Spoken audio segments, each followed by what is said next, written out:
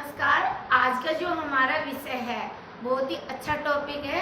हम बात करेंगे गवर्नर को, यानी जो हमारी संसदीय शासन प्रणाली है उसके बारे में पढ़ेंगे। बहुत अच्छा टॉपिक है।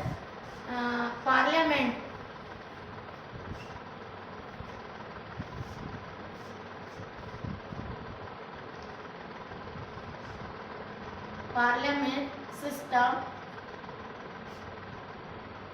Of government.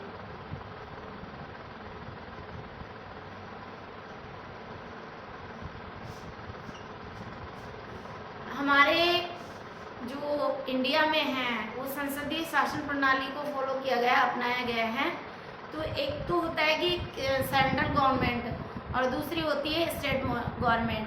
तो हम जो सेंट्रल गवर्नमेंट है उसका पहले वीडियो दे चुके हैं, पहले इसका लेसन पढ़ा चुके हैं। आज हमारा जो विषय है स्टेट गवर्नमेंट का है कि किस तरह से राजस्थान में कहे या राज्य में कहे स्टेट गवर्नमेंट होती है, किस तरह से कौन कौन से आर्टिकल होते हैं। उसमें मैंने डायग्राम से आपको इस टॉपिक को समझाने का प्रयास किया है।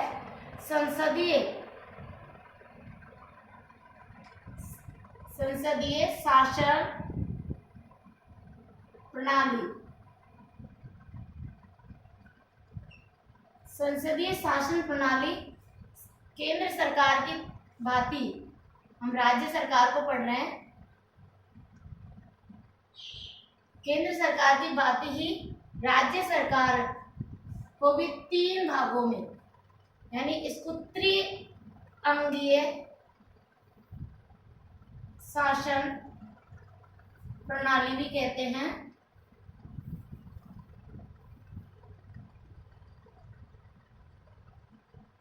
ये हमारे संविधान के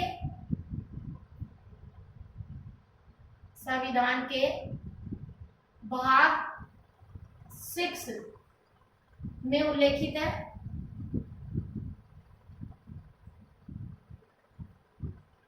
हम भाग 6 को पढ़ेंगे और 6 भाग में जो राज्य सरकार है, स्टेट गवर्नमेंट है, राज्य में जो संसदीय शासन प्रणाली है उसको त्रिअंगीय शासन प्रणाली में विभाजित किया गया है।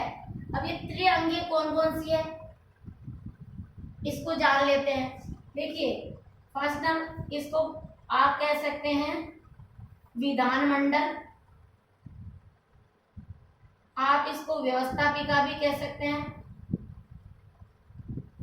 आप इसको विधान सभा के नाम से भी जानते हैं, विधानसभा भी कह सकते हैं। और विधानसभा का दूसरा नाम है निम्न सदन या लोकप्रिय सदन।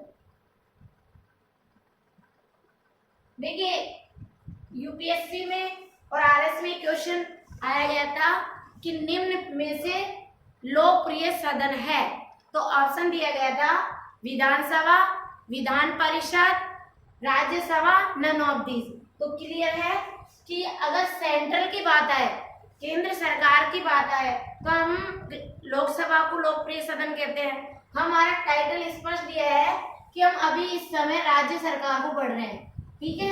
और राज्य सरकार में स्टेट लेवल में जो संसदीय शासन प्रणाली है उसका क्या डायग्राम से अपन समझ सकते हैं, उस चार्ट को हम पढ़ रहे हैं। तो यहाँ विधानमंडल कह दे तो भी वही बात है, व्यवस्थापिका कह दे, विधानसभा कह दे, निम्न सदन कह दे, लोकप्रिय सदन, कहीं उलझने की जरूरत नहीं, यहाँ राज्य शब्द लिखा होगा। क्लियर। अब आर्टिकल, ये भी ध्यान रखना है, आर्टिकल 168 ये ध्यान रखना है क्योंकि यहाँ से 168 से स्टार्ट हो जाता है। फिर अब आता है हमारा कार्यपालिका। फर्स्ट अंग हो गया, दूसरा अंग कार्यपालिका। कार्यपालिका को मैं राज्यपाल से जोड़ रही हूँ क्योंकि जो कार्यपालिका है स्पष्ट कहा है आर्टिकल 153 में कि जो प्रत्येक राज्यों में एक राज्यपाल होगा, और अनुच्छेद 154 में स्पष्ट कहा है कि जो राज्य में जो कार्यपालिका शक्ति होती है वो राज्यपाल में नियत होती है। तो ये ध्यान रखना है कार्यपालिका। क्वेश्चन आ जाए राज्य का संवैधानिक प्रमुख कौन होता है? तो राज्य का जो संवैधानिक प्रमुख होता है वो राज्यपाल होता है। सीधा सीधा कई बार क्वेश्चन पूछा गया है। नॉर्मली आप सबऑर्डिनेट सर्विसेज की तैयारी कर रहे हैं। सबऑर्डिनेट का है मीन्स होता है कि अतिरिक्त सेवाएं आरएस को छोड़ के अतिरिक्त सेवा में सबऑर्डिनेट आती है, चाहे आप एसएससी से करो या कर्मचारी चयन ग्रेजुएट M+2 या राजस्थान कांस्टेबल जो भी हो वो सबऑर्डिनेट में ही आती है अतिरिक्त। तो हम बात करें राज्य का संवैधानिक प्रमुख कौन होता है? राज्यपाल। अब देखिए यहाँ एक स्टूडेंट को उलझाते हैं, कॉन्सेप्ट क्लियर है, यहाँ उलझ जाएगा कि राज्य का नाम मात्र प्रमुख कौन होता है?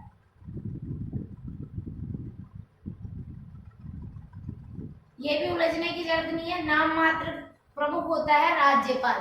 नाम मात्र होते हुए भी इसको फुल फ्लेश क्यों नाम दिया है? नाम मात्र, ठीक है, क्योंकि ये हमारा क्यों दिया है? क्योंकि संवैधानिक प्रमुख होने के नाते, अन्यथा पावर इसको फुल पावर होता है, इसलिए इस कॉन्सेप्ट को भी समझना जरूरी है। तो आर्टिकल हम राज्यपाल की करें तो आर्टिकल 152 ये ध्यान रखना है से 167 तक इसका उल्लेख किया है। 152 में राज्य की परिभाषा का उल्लेख किया गया है। अनुच्छेद 153 में प्रत्येक राज्यों में एक राज्यपाल होगा, मैंने इसका चार्ट अलग से डाल दिया है। और अनुच्छेद 154 में जो कार्यपालिका शक्ति है वो राज्यपाल में निहित होगी, ये है। फिर यहाँ पे अपन बात करें राज्यपाल, ठीक है, नाम मात्र से लर्न कर सकते हो। उसके बाद में आ जाता है मुख्यमंत्री। ये मैंने चार्ट से कोऑर्डिनेट किया है ताकि आपको पॉलिटिकल साइंस है, संविधान की जो पार्ट्स है वो आपको क्लियर हो जाए। मुख्यमंत्री, उसके बाद में आता है मंत्रिपरिषद,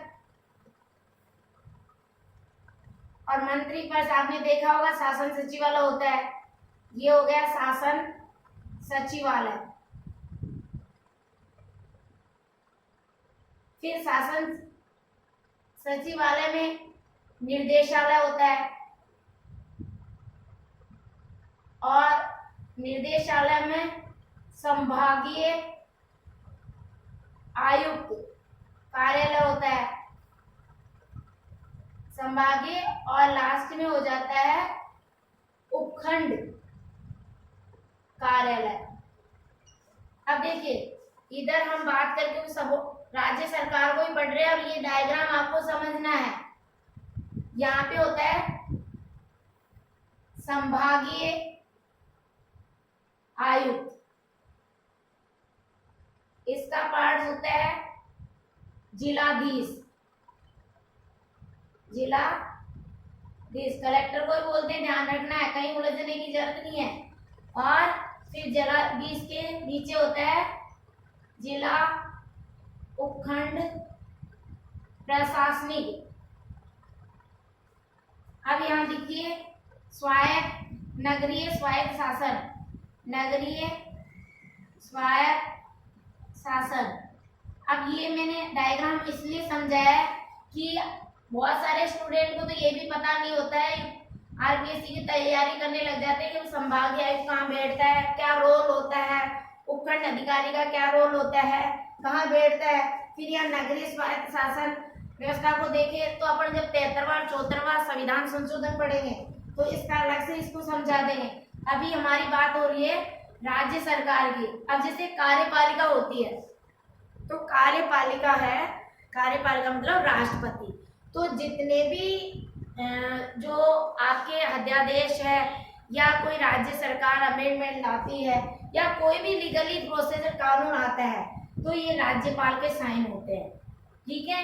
इसमें जो नाम मात्र दिया गया है, लेकिन कोई भी कार्य करती है या राष्ट्रीय सरकार कोई भी, तो यहाँ इनका सुपर डुपर ये होता है राज्यपाल, इसीलिए इसको नाम दिया गया है कि राज्य का संवैधानिक प्रमुख कौन होता है? राज्यपाल। अब थर्ड इसका पार्ट अपन बात कर लेते हैं। ये आर्टिकल भी ध्यान रखना है, न्यायपालिका।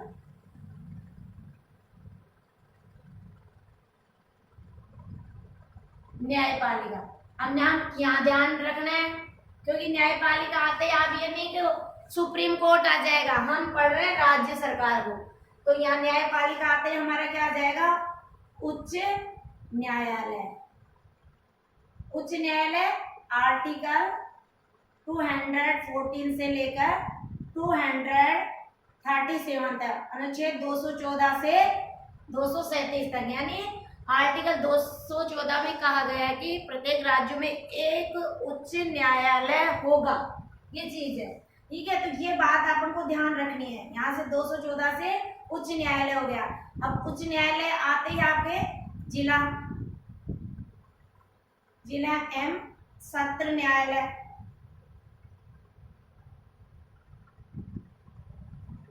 अब जिला सत्र न्यायालय, फिर ये छोटे छोटे मुंशी कोर्ट है, सेशन कोर्ट है, जिला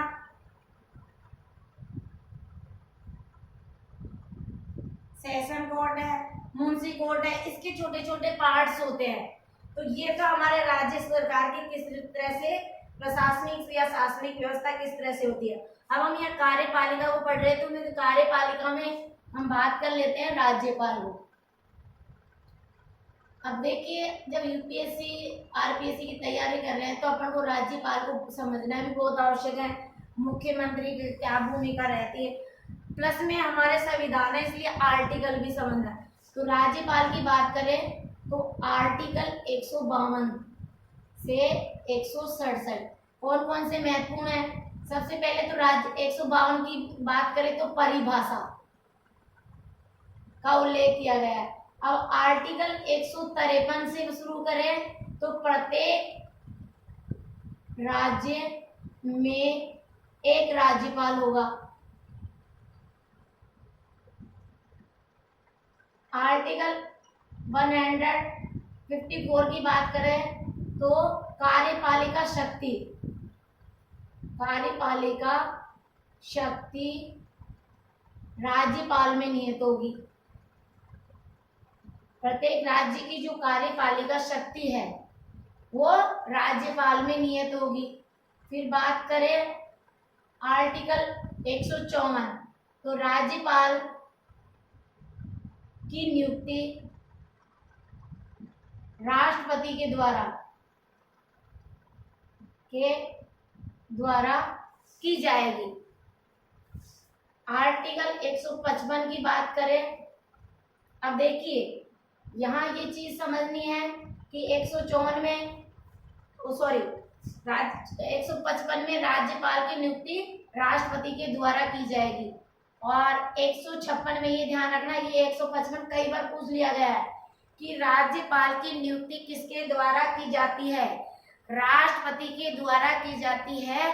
सेंट्रल में एक मंत्रिमंडल की सिफारिश की जाती है, उनका से मशविरा किया जाता है कि मेन ये है कि राज्यपाल उस केडर का नहीं हो। मान लीजिए राजस्थान का राज्यपाल बनाना है तो वो राजस्थान का राज्यपाल का निवासी नहीं हो, तो इसकी नियुक्ति राष्ट्रपति करता है, लेकिन जो सेंट्रल की जो मंत्रिपरिषद है उससे मशविरा करके प्रधानमंत्री द्वारा सबका मशविरा, मंत्रिमंडल में सब कुछ आ जाता है। हम स्टेट गवर्नमेंट को पढ़ेंगे ठीक उसी प्रकार सेंट्रल गवर्नमेंट को पढ़ेंगे, ये समझना है। क्योंकि जैसे जैसे पार्ट होते ना, जैसे आप बात छोटा सा एग्जाम्पल देख रही हूँ, संसदीय शासन प्रणाली सेंट्रल में आते ही फर्स्ट नंबर पे राष्ट्रपति आ जाएगा, फिर वही यहाँ संसदीय शासन प्रणाली आ जाएगी, लोकसभा और राज्यसभा। ठीक जैसे मैंने डायग्राम बनाया उसी हिसाब से आपको राज्य का भी डायग्राम बना के समझा रही हूँ। नेक्स्ट हमारा वीडियो होगा वो सेंट्रल गवर्नमेंट का, वैसे मैं डाल चुकी हूँ पिछले वीडियो में, आप देख सकते हैं, पर मैंने ये आर्टिकल और इस तरह से पार्ट को जोड़ा नहीं है, तो अब हमने जोड़ के डाला है, ठीक है। तो 155 में राज्यपाल की नियुक्ति किसके, सीधा कई बार क्वेश्चन आ गया है, वेरी मोस्ट, राज्यपाल की नियुक्ति राष्ट्रपति के द्वारा की जाती है। और 156 की बात करें, 156 में बात करें तो 156 में आपको यह याद रखना है कि राज्यपाल की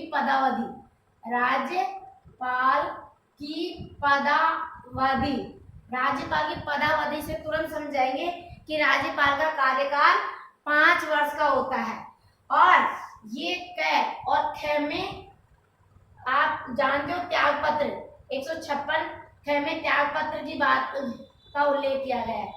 अब देखिए राज्यपाल की अनुच्छेद 157 में अहर्ताएं, अहर्ता पॉलिटिकल साइंस में यूज किया गया है।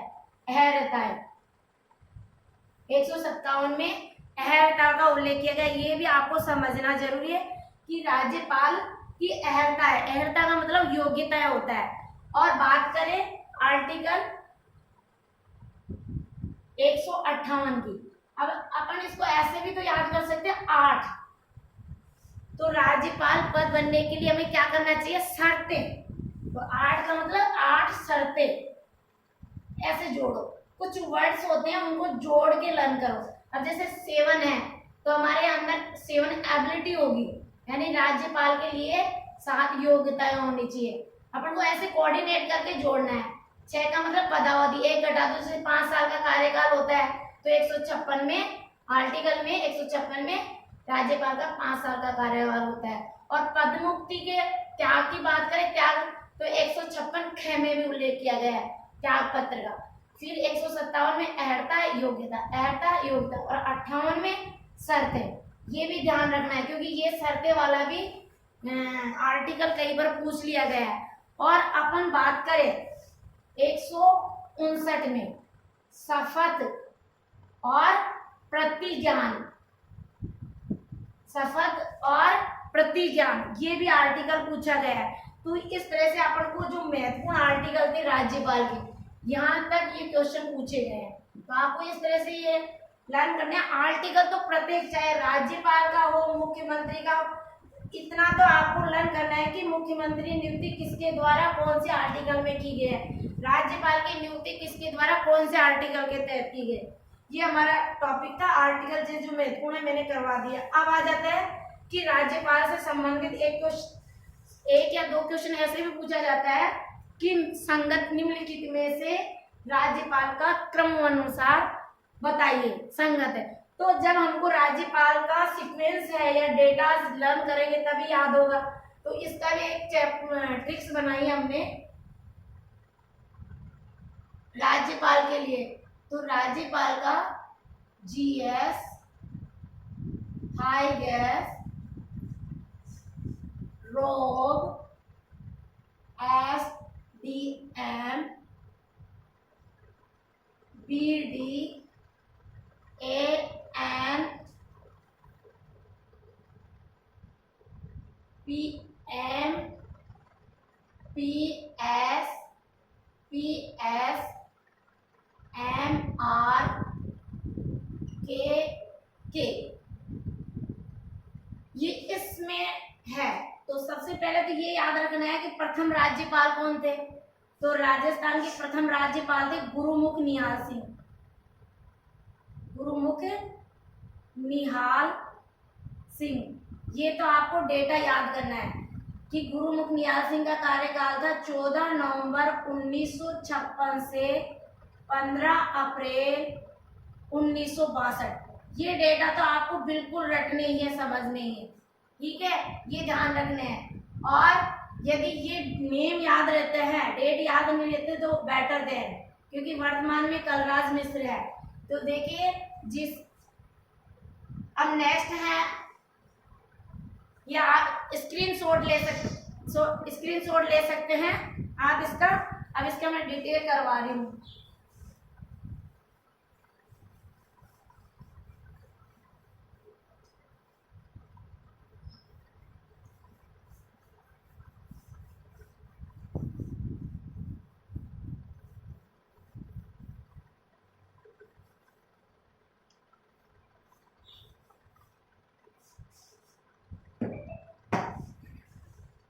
अब देखिए जो अब हम इसको पूरी डिटेल में पढ़े या आप कैसे भी पूछे तो यहाँ से भी आपका क्वेश्चन नहीं गलत नहीं जाएगा। राज्यपाल के लिए ट्रिक्स बनाई है।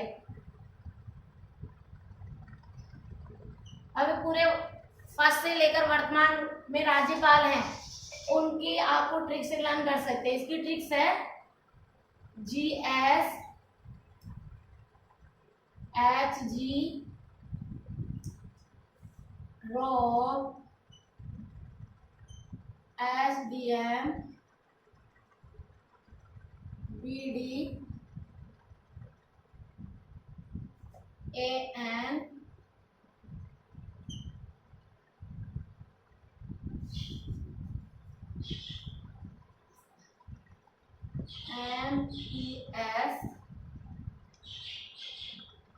MES PS MR, इस बस ये अल्फाबेट्स में आपको पूरे लर्न हो जाएंगे। के इसमें पूरे राज्यपाल आ गए। फर्स्ट है जिसे हमने कोऑर्डिनेट कर दिया है गुरुमुख निहाल सिंह, जिनका कार्यकाल है 1 नवंबर 1956 को। देखिए 1956 को ये अजमेर डिस्ट्रिक्ट बना था से 15 अप्रैल 1962 तक। ये फर्स्ट डेटा आपको याद रखना है। सेकंड से डॉक्टर संपूर्णानंद,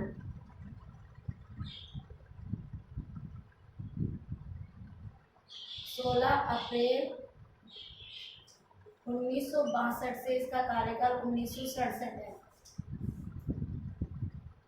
डॉक्टर हुक्मचंद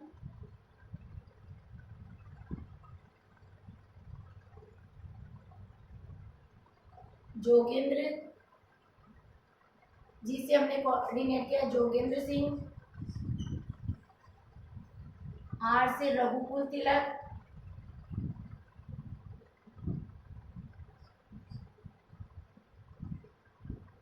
ओम प्रकाश, ओ से ओम प्रकाश मेहरा,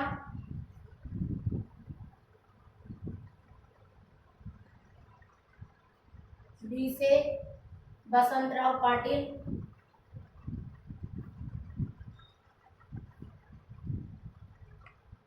ऐसे सुखदेव प्रसाद, देवी प्रसाद, डी से देवी प्रसाद चट्टोपाध्याय,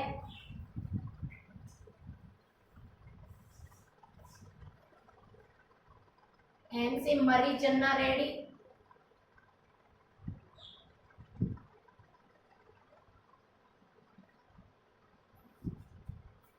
मरी चन्ना रेड्डी। आप इससे बार बार प्रैक्टिस करेंगे तो ये जो गवर्नर है वो आप भूलेंगे नहीं।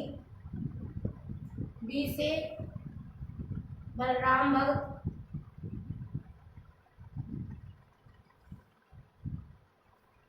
डी से दरबारा सिंह, जिनकी पद पर रहते हुए मृत्यु,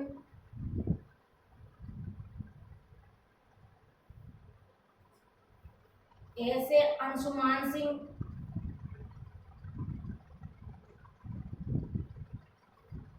एन से निर्मल चंद जैन,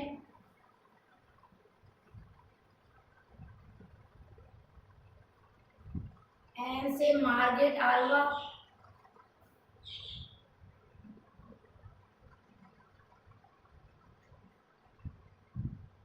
पी से प्रतिभा देवी सिंह पाटिल,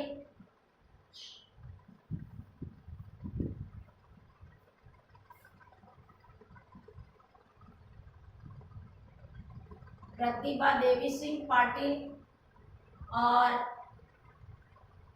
ऐसे शिवराज पाटिल,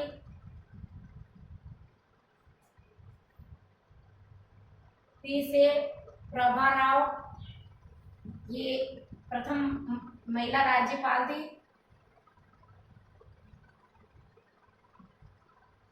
जिनकी पद पर रहते हुए मृत्यु हो गई।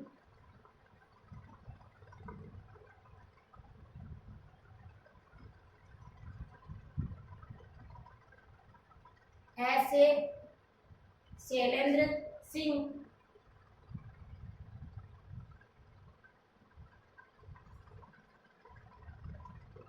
एक मिनट, यहाँ मदन लाल खुराना आएगा, निर्मल चंद के जैन के, सॉरी, मदन लाल खुराना।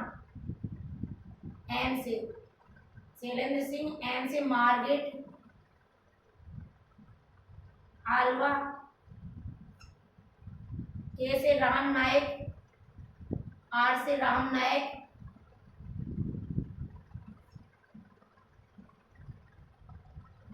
कल्याण सिंह, के से कल्याण सिंह, और वर्तमान में है कलराज मिश्र।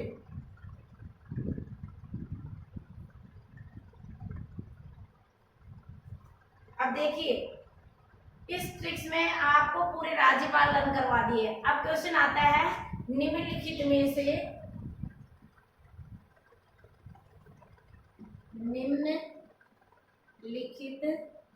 में से राजस्थान के राज्यपाल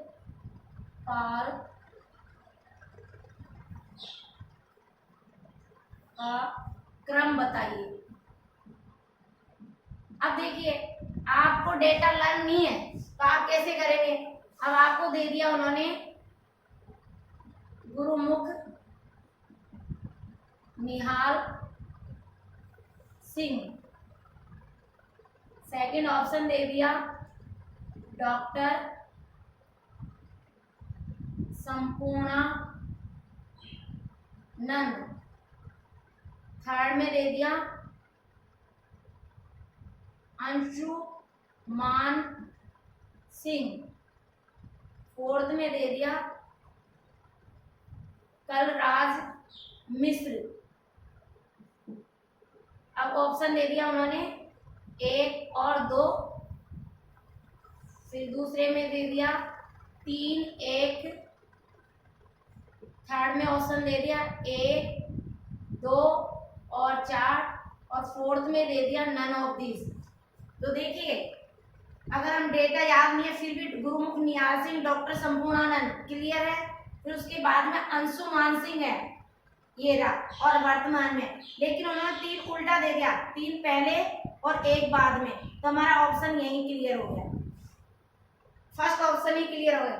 और संगत असंगत में भी क्वेश्चन पूछते हैं या फिर ऐसे पूछ लेंगे कौन सा निम्नलिखित में से कौन सा राज्यपाल नहीं है, तो आपको ये डेटा लर्न है कि गुरुमुख Nihal Singh, G for Gurmukh Nihal Singh, S for Sampurnanand, H for Jogindra Singh, sorry H for Hukmchand Singh, G for Jogendra Singh, R for Raghukul Tilak, O for Om Prakash Mehra, B for Basantrao Patil, S for Sukhdev Prasad, D for Devi Prasad Chattopadhyay, M for Marri Channa Reddy, B for Baliram Bhagat, D for Darbara Singh, A for Anshuman Singh, N for Nirmal Chand और M for Madan Lal Khurana, P for Pratibha Devi Singh Patil, S for Shivraj Patil, P for Prabha Rao, S for Shailendra Singh, M for Margaret Alva, R for Ram Naik, K for Kalyan Singh और के for Kalraj. ये हमें data भी याद नहीं है, तो इस ट्रिक से आप इसको लर्न कर सकते हैं और प्रयास करें। इसका से पहले वीडियो में हमने डेटास भी डाल रखे हैं, तो इस तरह से आप टॉपिक क्लियर करते हैं। तो पॉलिटिकल साइंस बहुत ही इजी सब्जेक्ट है और स्कोरिंग सब्जेक्ट है, यहाँ बिल्कुल भी आपका एक भी क्वेश्चन गलत नहीं जाएगा। अगर आपने ढंग से कर लेते हैं तो एक भी क्वेश्चन नहीं जाएगा। और हम बात कर रहे थे विधानमंडल वाली, ये भी ध्यान रखना विधानमंडल, तो विधानमंडल का मैंने आर्टिकल करवा ही दिया था कि इसका उल्लेख 168 से 213 तक विधानमंडल को ही पढ़ेंगे। और दूसरा लिखा था कार्यपालिका जो 152 से 167 और न्यायपालिका का 214 से 237 तक। तो इस प्रकार हमारी राजस्थान जो सरकार कहे या राजस्थान गवर्नमेंट कहे या त्रिअंगीय शासन प्रणाली कहते हैं या राज्य की संवैधानिक कार्यपालिका कहते हैं, तो उसका उन्हें डायग्राम से और आर्टिकल सहित पूरी तरह से एक्सप्लेन किया। अब आपसे ऐसे में पूछ ले कि विधानमंडल का क्या रोल होता है, तो जिसमें शासन संचालन होता है, कानून बनाने की शक्ति निहित होती है, तो वो विधानमंडल होता है। जिसमें शासन संचालन हेतु कानून बनाने की शक्ति होती है, वो किसमें होती है? शासन को संचालित करने की शक्ति, कानून बनाने की शक्ति किसके हाथ में होती है?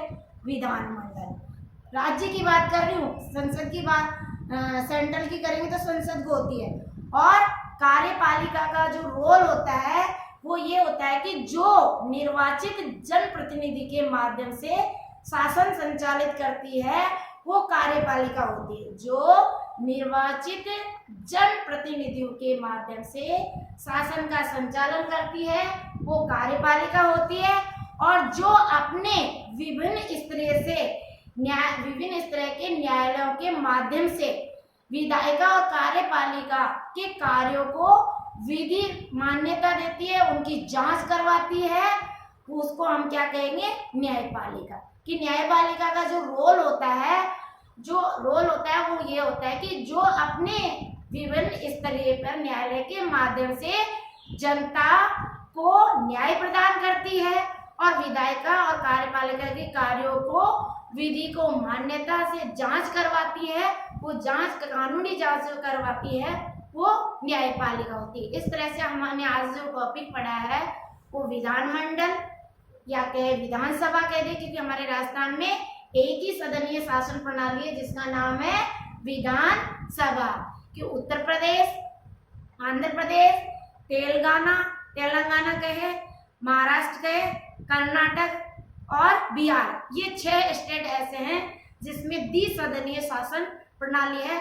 जबकि हमारे राजस्थान में जो विधानसभा सीटें वो 200 हैं और यहाँ एक सदनीय शासन प्रणाली है जिसका नाम है विधानसभा। लेकिन मैंने यहाँ उलझने की जरूरत नहीं है, उससे पहले हमने टाइटल समझाया है। हमने बताया कि राज्य सरकार किन व्यक्तियों से मिलकर बनती है। राज्य सरकार के जो त्रिअंगीय होते हैं वो विधानमंडल कह दे या विधानसभा कह दे या व्यवस्थापिका कह दे, दूसरी कार्यपालिका बोल दो या राज्यपाल बोल दो, और थर्ड होती न्यायपालिका कह दे है या उच्च न्यायालय कह दे। इस तरह से इस कॉन्सेप्ट को बार बार लिख के अभ्यास कीजिए। आपका यहाँ से कोई भी क्वेश्चन गलत नहीं जाएगा। और बहुत ही अच्छा सेलेक्टेड टॉपिक ले रही हूँ, आपको जितने भी मैंने पूर्व में वीडियो डाले वो सिलेक्टेड डाले, इसलिए आप इनको लर्न करें, लिख के अभ्यास करें और पढ़ाई के लिए अपना टाइम टेबल सेट करें और सिलेबस की वो अपने जहाँ पढ़ते हो वहाँ लगाएं और एक एक टाइटल जो मैं टाइटल करवा रही हूँ उस पर टिक लगाते जाएं और अलग से रजिस्टर में नोट करके लिखें। और उस रजिस्टर को जैसे आपका नोट्स कंप्लीट हो जाते हैं तो बार बार महीने में देखिए एक आप पूरे हफ्ते में संडे फिक्स रख लीजिए रिवीजन के लिए, और फिर हर संडे को रिवीजन हो जाता है तो महीने में आपका 4 रिवीजन हो रहा है। तो मुझे नहीं लगता कि आपका कोई गलत क्वेश्चन जाएगा। और बहुत सारे स्टूडेंट की तो ये डिमांड रहती है कि मैम हमारे नेगेटिव या स्केलिंग कौन सी होती है, तो आप से सभी से निवेदन है कि आप नेगेटिव की बजाय आप जितना कॉन्फिडेंट क्वेश्चन आ रहे हैं उतना ही कीजिए जिसमें आपका सिलेक्शन होगा। Thank you so much.